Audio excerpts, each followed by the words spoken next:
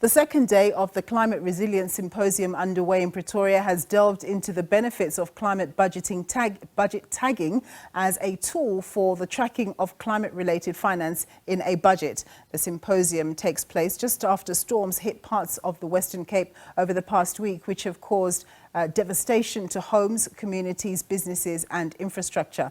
SABC News reporter Setho is attending the conference and has more for us. Thank you very much. Today is the second day of the Climate Resilience Symposium taking place here in Pretoria, organized by the National Treasury. So just to wrap up a little bit about what happened yesterday, the President did open and give a keynote address where he outlined and called on businesses, among other interventions, to come on board in getting the finance. And he asked that, we should look into our domestic markets, domestic capital and financial markets, when we look into finance these just transition as well as climate change efforts. He also mentioned, reiterated, I must say, that South Africa is not going to be adopting just transition at a hastily pace, saying that it will be done at a pace and scale that the country can afford, that will not be detrimental to the economy. Today, on the second day, there's been a couple of panel discussions that have been held, but one that kept me quite interested was the issue around CBT, or climate budget tagging, which we're going to explain a little bit later on. But to get an overview of day two, I'm joined by Kobisa Magazi. She is with the National Treasury, who are, once again, the conveners of this conference. So thank you so much, Kobisa. Thank you so much, and welcome to SABC News. Day two, how's it going? Look, day two is really quite building up on the momentum that we had set yesterday. Obviously, with having had the address by the President, that set the tone for the conference itself. For day two, we're going to be focusing largely on the instruments and the tools that are available to the National Treasury to upscale our climate action. We have kickstarted that agenda with the presentation around the rights-based approach to climate financing.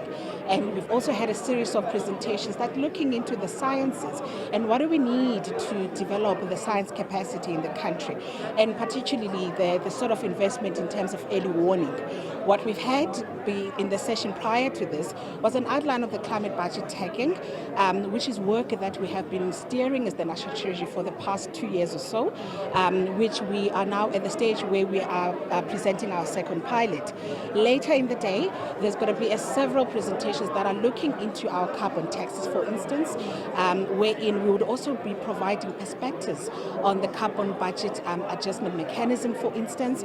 And we are likely going to be joined by the Deputy Minister of Finance, the new Deputy Minister of Finance, that is, who would be, in fact, this would be his maiden event as the Deputy Minister of Finance. So we're looking forward to those inputs and insights. So I think in a nutshell, that covers basically day two. And of course, there is that critical presentation that we've also received on disaster risk financing, which was also emphasized in the President's speech yesterday as well. So we're looking forward to a really impactful day that really looks into the tools available to National Treasury.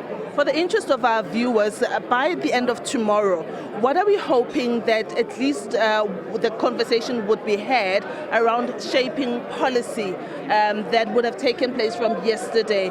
What will be the National Treasury be doing on Thursday to say, okay, the conference is done, what do we do now? Yes, thank you so much for that question. I think if you were participating yesterday, you would have seen there's already a recommendation that has been included in the PCC's Just Transition Financing Mechanism along the lines that the National Treasury does need to undertake a fiscal review that then looks into how do we strengthen our tools and levers that are policy levers that are available to support and accelerate and scale our climate action. So one of the critical things that the National Treasury is going to be focusing on post this conference is how do we actually give articulation to such?